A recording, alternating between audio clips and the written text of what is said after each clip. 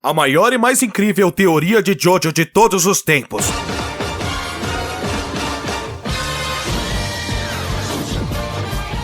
Jojo por si só é um anime intrigante, mas a teoria de hoje passa de todos os limites do que se pode chamar de intrigante. E se eu dissesse que a parte 6 de Jojo é praticamente uma alusão ao segundo livro da Bíblia, o Êxodo? A teoria de hoje vai explodir completamente a cabeça de todo mundo que ama Jojo, mas principalmente dos amantes da parte 6 Stone Ocean. Mas fica na tranquilidade, porque eu vou contextualizar tudo, e você vai entender essa teoria completamente, mesmo se você não entender sobre a Bíblia ou o Êxodo. Eu só preciso realmente avisar que se você aí não tiver assistido Stone Ocean até o fim, essa teoria pode estragar sua experiência, porque vai ter spoiler nesse vídeo, é inevitável. Só queria agradecer ao João Vitor, o João do Pão, roteirista do canal, que criou essa teoria incrível. Gratidão, João. Então, antes de vocês conhecerem a melhor teoria de Jojo, não se esquece do Protocolo Liz, like, inscrição e sininho. Deixa o ora nesse like. Quando você deixa o Protocolo Liz, você ajuda a cultura de Jojo a se espalhar pelo nosso Brasilzão. Ajuda a disseminar essa cultura de homens afeminados com encostos super poderosos. Já comenta aí, você já ouviu falar da história do Êxodo da Bíblia? Meu nome é Otávio Reis, conhecido como o gordinho mais gostoso vivo. E me segue lá no Instagram, @OtoAnisson. E você tá no canal Jojo99. Início.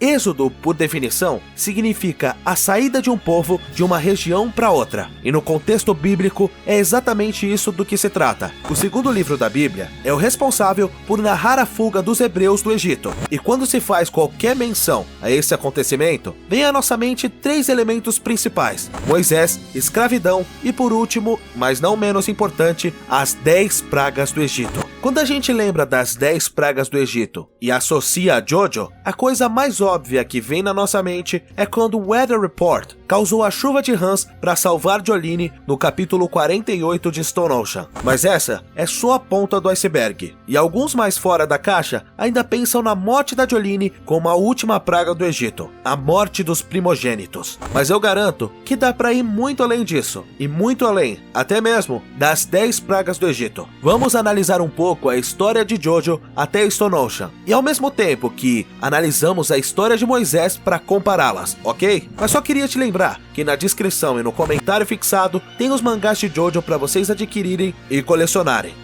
Capítulo 1. Comparação histórica. Moisés nasceu hebreu, porém, nasceu em um momento que havia um nascimento muito grande desse povo. Havia escravidão, mas também havia um medo muito grande que eles se tornassem numerosos o suficiente para que eles conseguissem se rebelar. Então, o faraó mandou matar todos os bebês daquele povo. Jolene também nasceu na era errada, a era em que Jill e seus seguidores já tinham deixado um rastro extenso de dor e destruição na vida dos Joestars e também estavam perseguindo Jotaro. A ideia original dos pais de Moisés foi escondê-lo por 3 meses, mas em certo ponto, isso já não era mais possível. Então, o segundo plano deles foi deixar Moisés em uma cesta, isso em meio ao rio Nilo, sendo escoltado pela irmã até chegar em algum lugar seguro. Com a Jolene, foi um pouco diferente, mas assim como Arão, pai de Moisés, Jotaro não foi um pai presente para Jolene, e tudo isso para proteger ela dos usuários de Stand. No Êxodo, temos o rio Nilo como um dos elementos mais emblemáticos, e no caso de Stone Ocean, temos o mar como elemento principal para a história, pois não é à toa que o nome da parte 6 é Stone Ocean, traduzido como Oceano de Pedras, enquanto em Êxodo, até mesmo as pragas, além da história do próprio Moisés, giram em torno do rio Nilo. Agora indo mais para o meio da história. Depois de fugir do Egito para não ser executado, Moisés voltou a ele de novo, mas com a missão de libertar o seu povo da escravidão. O Jotaro também foi à prisão Green Dolphin Street para tentar libertar sua filha. Deu certo? Infelizmente não. E a missão da Jolene também se torna escapar da prisão, atingir sua tão sonhada liberdade, e justamente a temática da parte 6 gira de forma muito forte em torno disso, liberdade, assim como o Êxodo. Então, tenham isso em mente, pois essa é uma palavra-chave, um conceito do qual citarei com muita frequência nesse vídeo. Inclusive, pensando um pouco sobre liberdade, Egito e principalmente sobre escravidão, de quem que a gente pode lembrar? Assim, Jill Brando. Além de ter uma forte ligação com o Egito, por ter residido lá depois de quase 100 anos no mar, podemos dizer que Jill escravizou por gerações e gerações a família Joestar, mas não só a família Joestar, como também ele sempre em algum ponto da história utiliza a sua aura quase sobrenatural para escravizar e utilizar seus servos nos seus planos diabólicos. Em alguns casos, ele apenas usa a persuasão, como era o caso de Yondu e Vanilla Ice, que eram devotos a Jill por pura e simples admiração, ou ele usava sementes de carne, como em Polnareff e Kakyoin. Na primeira parte, infernizou a vida do Jonathan, além de usar seus poderes recentemente descobertos para criar súditos. Na segunda parte, vemos as consequências das ações do Jill, sendo a principal delas a morte de George Joestar, que foi causada diretamente por um vampiro criado por Jill, que sobreviveu e se escondeu no alto escalão do mundo militar. Na terceira, ele retornou com seu terror, utilizando o corpo do falecido Jonathan como receptáculo. Na quarta, vemos consequências de suas ações sobre a mente de Jotaro e sobre a humanidade como um todo. Na quinta, a simples existência do protagonista já é consequência das suas atitudes enquanto vivo. E é na parte 6 que essas consequências se manifestam de forma ainda maior, levando a um fim que por um lado era bom, pois assim como os hebreus se libertaram dos egípcios, os Joestars se libertaram da maldição de Jill. Porém, por outro lado, tiveram caros sacrifícios de sangue e suor para que conseguissem chegar a esse fim. Mas voltando ao Êxodo, o faraó não iria simplesmente deixar os escravos saírem tranquilamente, o que fez com que Deus lançasse, através de seu irmão Arão, 10 pragas contra o Egito, na intenção de fazê-lo ceder. Essas pragas estão presentes em Stone Ocean, algumas de forma sutil e subjetiva, enquanto outras aparecem de forma mais evidente, mas eu vou enumerá-las na ordem em que ocorrem segundo a história bíblica. Mas você já enumerou as camisetas de Jojo que você gostaria de ter? Olha essa camiseta irada do Jotaro e essa muito linda do Jill. Não perde a oportunidade. O link tá na descrição e no comentário fixado. Capítulo 2. As 10 pragas do Egito. Número 1. Rio Nilo vira sangue. Essa é a primeira das pragas. É quando Arão toca com seu cajado o rio Nilo e transforma todo o rio e a água do Egito em sangue. Ela já acontece nos primeiros capítulos do mangá e, consequentemente, no 4º episódio do anime. É quando Jotaro vai resgatar a Jolyne na prisão e acaba perdendo seu disco de memória e estende pro Pucci. A Jolyne até consegue resgatar ele, fugir e levá-lo pro mar. Porém, já era tarde. O seu corpo mancha parte do mar de sangue. E assim, temos uma referência sutil. Número 2. As rãs. Essa é bem famosa. É quando do mar emergem diversas rãs em direção ao Egito. Como Stone Ocean, não foi muito diferente. Ao perceber que Jolyne havia tido problemas em encontrar Savage Garden e que provavelmente ela já tinha se deparado com algum inimigo, o Weather Report invoca dos céus uma quantidade extrema de rãs venenosas e azuis que lotam o pátio da prisão. 3. Infestação de piolhos. Para entender a conexão dessa praga com Jojo, primeiro precisamos entender a ideia por trás dela. Deus empesteou o Egito com piolhos para quebrar sua vaidade, pois os egípcios usavam até perucas, e perucas muito adornadas inclusive. Tudo isso para manter a beleza e a higiene justamente contra os piolhos. Mas agora, ponham na mente essa frase de acabar com a vaidade. Quando Pucci está no processo de aceleração do universo, temos acontecimentos peculiares no anime, como os silicones de uma mulher que envelhecem mais rápido, a prótese dentária de um homem cai, e a peruca de um senhor também. Ou seja, o Pucci destruiu tudo aquilo que era mera vaidade e fez as pessoas voltarem a ser como originalmente eram. 4. Epidemia de moscas. Até o final da terceira praga, o faraó